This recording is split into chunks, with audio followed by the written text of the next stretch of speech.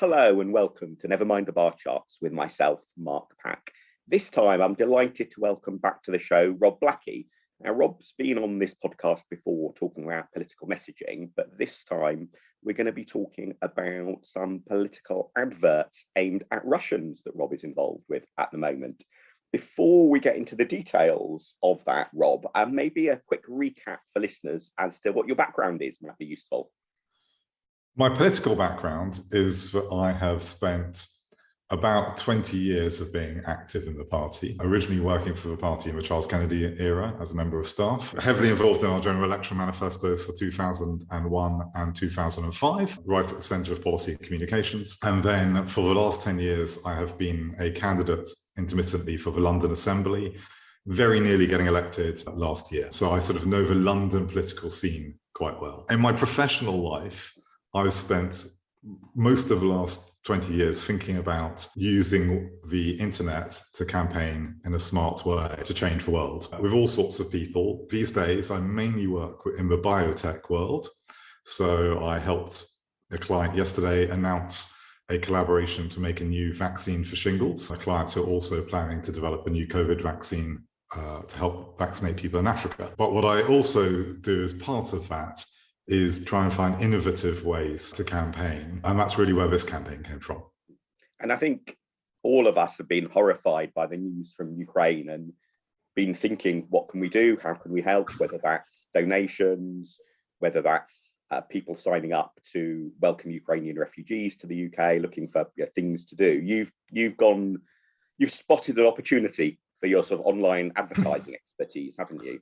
Absolutely. I think one of the key things is Vladimir Putin is terrified of the truth. He knows if the Russian people know how badly the war is going, they'll be horrified. Russians normally think of Ukrainians as being quite culturally close to them, probably in the same way that most British people would feel about Ireland or most Americans will feel about Canada.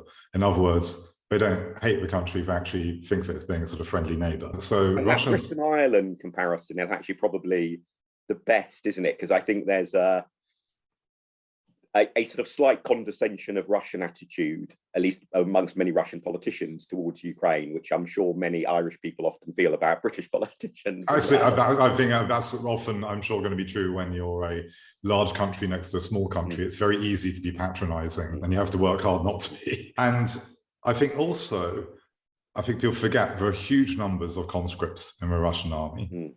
And in the 1980s, one of the things that contributed to the decline of the Soviet Union was their failed war in Afghanistan, where many Russians were forced to go and fight in Afghanistan, some of whom I've met while I've been on holiday in the former Soviet Union. And they had obviously a horrible time. 15,000 Russians died for a pointless war. And I think Putin and the sort of Russian political elite know that if the Russian people hear the truth about what's happening, they will be horrified and they're in some political danger. And because of that, what they've done is they've crushed all of the independent media in Russia. Now, even before the war in Ukraine, there weren't many independent media sources left, but there were one or two. But since the war has started, even those have been completely crushed and shut down. A law has been passed saying you can go to jail for 15 years for spreading misinformation against the war. That includes things like using the word war or using the word invasion. And I think we even saw, this week, a Russian journalist, trying to protest against the lies she was being asked to tell, being bundled off TV for even talking about it. Or even we've seen instances where Russian veterans have been on Russian TV and asked everyone to hold a minute's silence for the soldiers who've died in Ukraine. And they've been shouted down like they're somehow unpatriotic for caring about people who are dying in the war. So we know from all of that Putin is very scared of the truth and very scared of the Russian people finding out what the truth is. So he's closed down Russian media and he's banned access to sites like the BBC. And so what we spotted, and actually I did a test on this 8 years ago that I've sort of revived and made bigger, is that advertising on the internet is poorly regulated. Even in places like Britain, it's not brilliantly regulated. But in Russia, which is a deeply corrupt country, that means the government isn't actually very good at regulating things. So we can advertise for news into Russia using all the loopholes that are in the censorship scheme. And that means we can show millions of ads every day to Russians that help them find news. And we're putting news into the ads, as well as creating ads that intrigue people and make them to click through and end up on independent news websites, which might be Russian language, but outside Russia, so they're not censored. So far, we've managed to show those ads more than 27 million times. They've been clicked on more than 64,000 times. And we are confident we can keep on running ahead of Putin's censorship pretty much indefinitely, because the sorts of bans we're hitting are the sorts of bans we think we can get around. And maybe I'll just tell you about those bans. There's some sorts of bans that basically say, well, you can't go to the BBC Russian website. And that's the sort of thing that China does a lot of. And that works quite well until people install a VPN, which, you know, for the non-technical people listening, is basically just a computer program that hides your location. So you can pretend to, rather than being in Russia, you can pretend to be Poland or Britain. And VPNs are very effective, aren't they? Because I know, I've done a small amount of business sort of travel to China. And just when you talk to people about, what advice have you got, etc. Just the idea of, have a VPN is a very normal, despite the very widespread and horribly effective technological expertise of the Chinese government at censorship. VPNs are really hard to stop, aren't they? That's right. And of course, the Chinese government is massively more competent than the Russian government. And it's also been trying to do this for 10 years. So it's got a lot of experience, and it employs, I believe, 1 million people to do this. So they have a huge number of people doing this. So the first sort of censorship is a sort of a website, and people can get around those with VPNs. The second form of censorship is words. So the Russian government will say you can't use the word war or you'll go to jail for 15 years. Now, typically, people who you place advertising with will spot those words in two ways. Sometimes they'll just have a computer program that looks for it.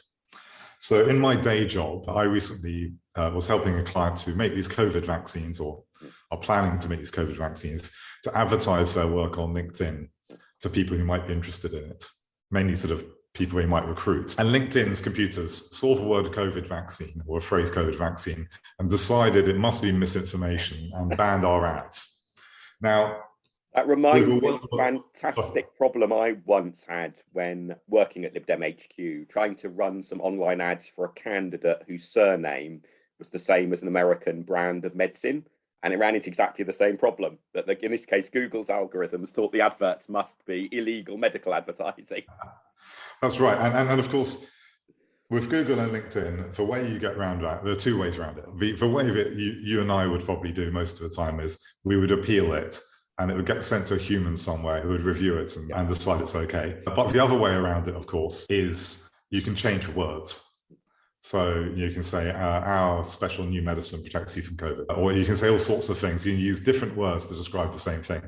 And because computers are fundamentally very rules-based, unless they're highly sophisticated, they won't find a way, they won't spot your changes. So we have these sort of content bans, and we've got a number of ways we're working around those.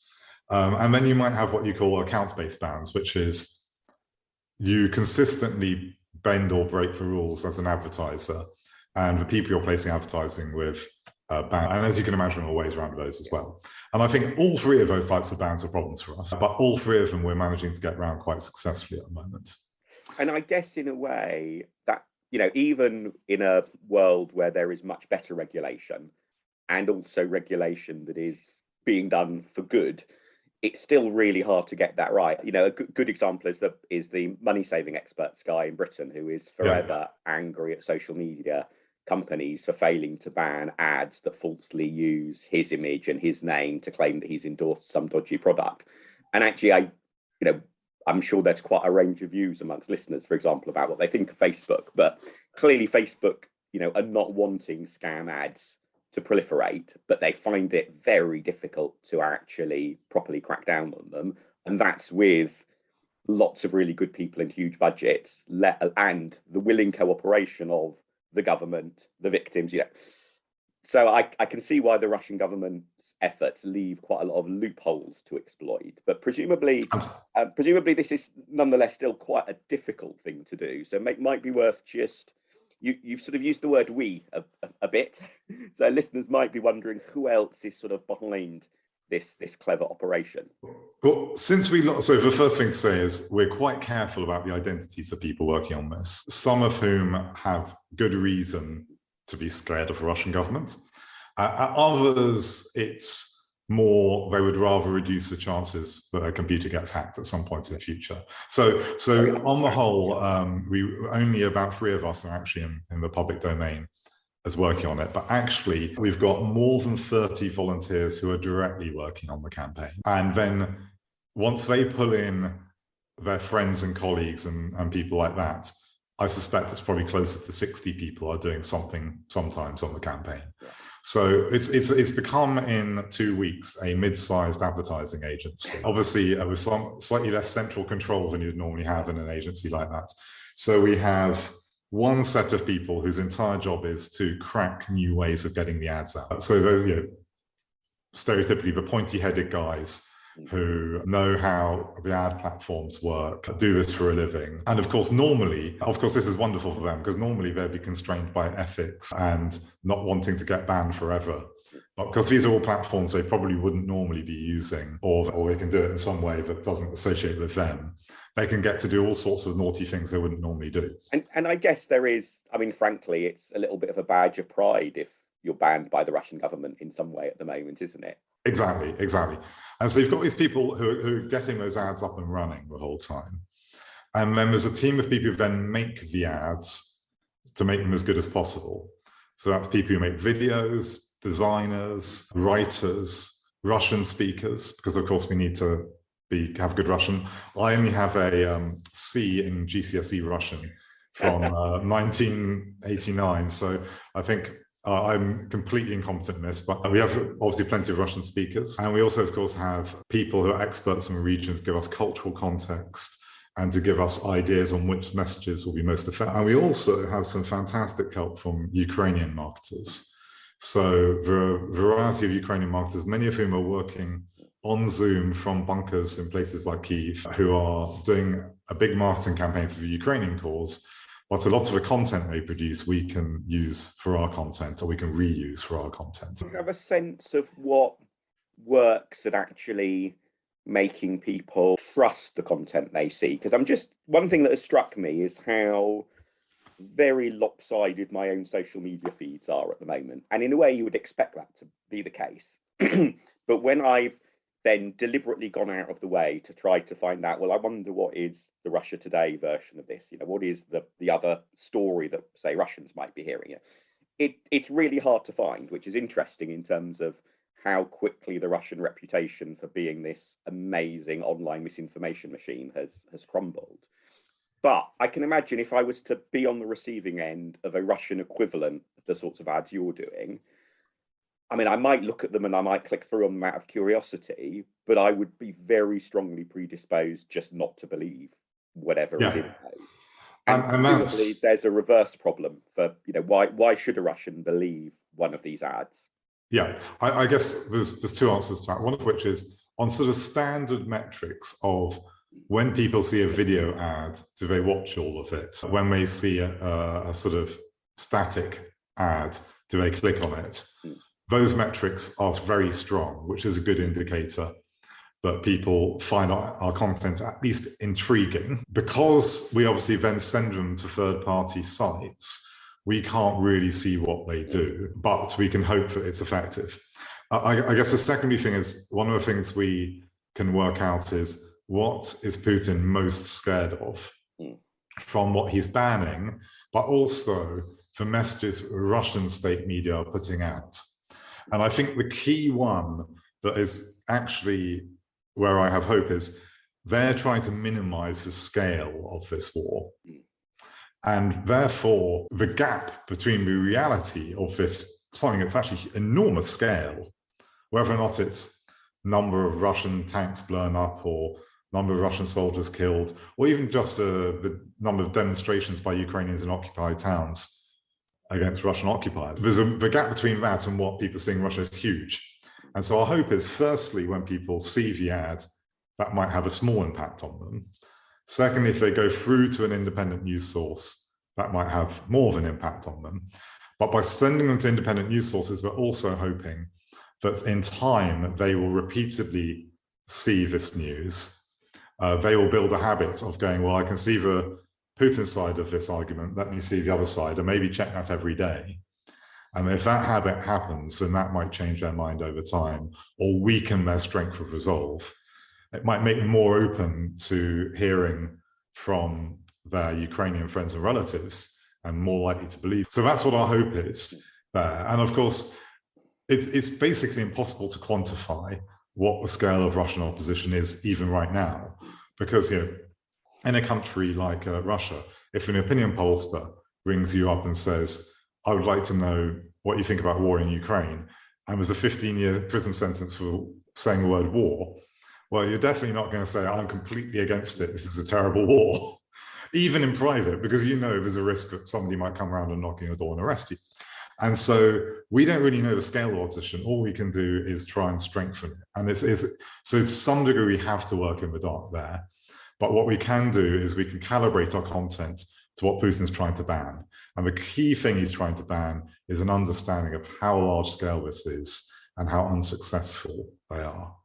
And that's actually quite a hopeful answer in a way. I mean, I'll definitely plead guilty to desperately wanting to find bits of hope to cling to on the, on the tragedy in Ukraine. But I think it is a slightly hopeful answer, because scale is a really hard thing to cover up, and because it means that even international sanctions that in some way are relatively minor in their impact, like McDonald's branches closing, when you see a whole load of firms pull out or flights not running, there's a sense of this isn't just a minor intervention somewhere. There is, even if you still get grumpy at the rest of the world for how outrageously they're reacting to Russia, it still gets the message through that this is not just a small scale. And I believe, by the way, on this note, that the single biggest thing that people are Googling for in Russia right now, or searching for maybe, because it's not just Google, is emigration. And obviously skilled Russians are escaping the country in every direction. Some just to former Soviet Union countries, which are a bit safer, some further afield. And again, I think that's a sign that the scale at which this is going on is very hard to cover up. Equally with the casualty figures, obviously we don't know how many Russian soldiers have died, but the Ukrainians say 12,000, the Americans say maybe half that, maybe 6,000, and the Russian government says 500. Now, for comparative scale, in the whole of the Afghanistan war in the 1980s, 8 years, I think it was, 9 years, the Russians lost 15,000 dead. Yeah, and that's what really struck me about that Russian 500 figure, because I thought, I'm not an expert, and so I'm merely approaching this from a position essentially of prejudice, but I don't believe that Russian figure. However, you think if even the Russians are putting a figure that is already up to a third of their total, the total deaths in the Afghanistan war for them, then the true figure must be shockingly high already. Yeah, and I think one of the big things is, again, remembering the scale of conscription in Russia. The proportion of people who will have a friend or relative who is currently a conscript is going to be quite high. And again, if they still have a phone, you're going to be phoning them to make sure they're okay. And if you can't get hold of them, inevitably you're going to worry. And I think, again, that means there's going to be a lot of people who are very worried, who are looking for that news. And again, I think that's probably one of the reasons we get a very good response on our ads, is I suspect there's a large chunk of the population who want to find the news, want to find more news about what's going on, because they're concerned about it from a sort of more personal point of view. Yeah, fascinating stuff. So how is all of this being funded? Well, we have done a crowdfunder. So if you look at my Twitter feed or Google, anything to do with me. And I'll put a link in the show notes as well for people. Thank you. You can find a crowdfunder. We've raised, I think, £37,000 as of this morning. It goes up by a little bit every day. When we get lots of media coverage, it goes up by a bit more. When we go on great podcasts like yours, I'm sure it'll go up by a bit more as well. And roughly speaking, we're saying that it costs about £10 to get 1,000 of our ads shown. It differs by platform, obviously. Some things are much cheaper than others. Some things are higher quality than others. But what I'm saying to the bigger donors right now is that we reckon we could probably spend £10,000 a day before we start to run out of places that we could currently advertise. And we're getting better at advertising every week. We're finding more places to advertise. So as long as the war goes on, we will probably be able to spend all the money that people kindly donate. And of course, because everything's done by volunteers, 100% of the money that's donated, subject to tiny fees that go to crowdfunders, which is like 1% or so. All that money goes straight into the ads. And again, unlike Vladimir Putin, at the end of our campaign, we'll be publishing all our receipts. So, so we have tremendously good value for money right now, and we're extremely grateful to our donors because, of course, that's what's allowed us to show our ads 27 million times so far.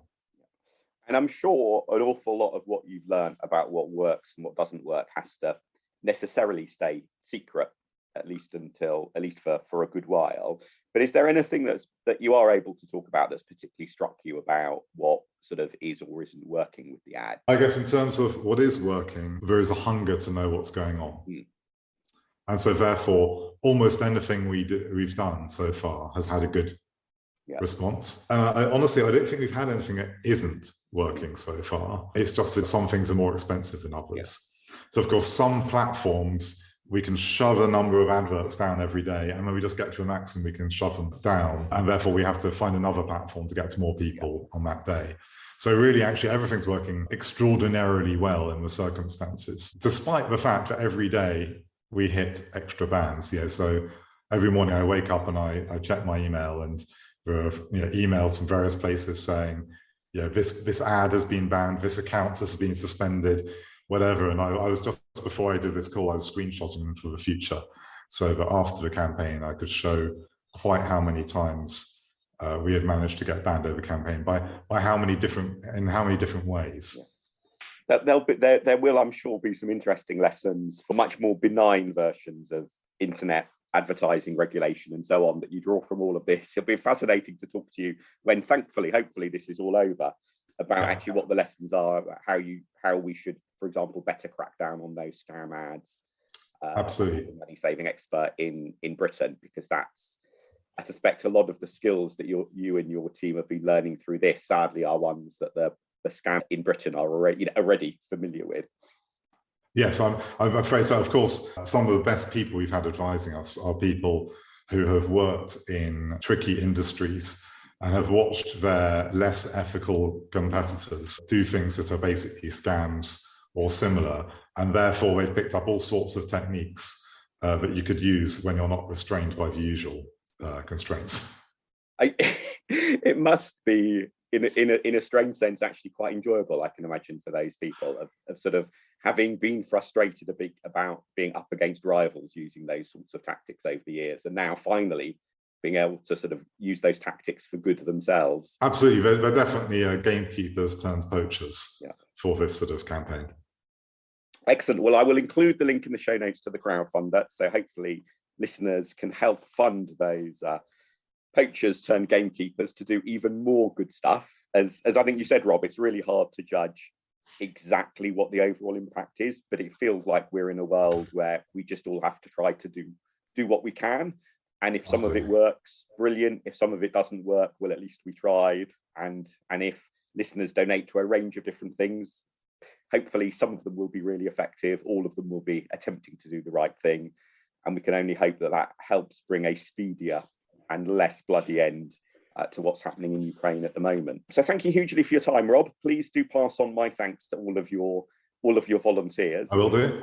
And be really great to have you back on the show at some point in the future to sort of do a debrief as to quite how it all went and what lessons we can learn from it. But in the meantime, very best of luck with your advertising.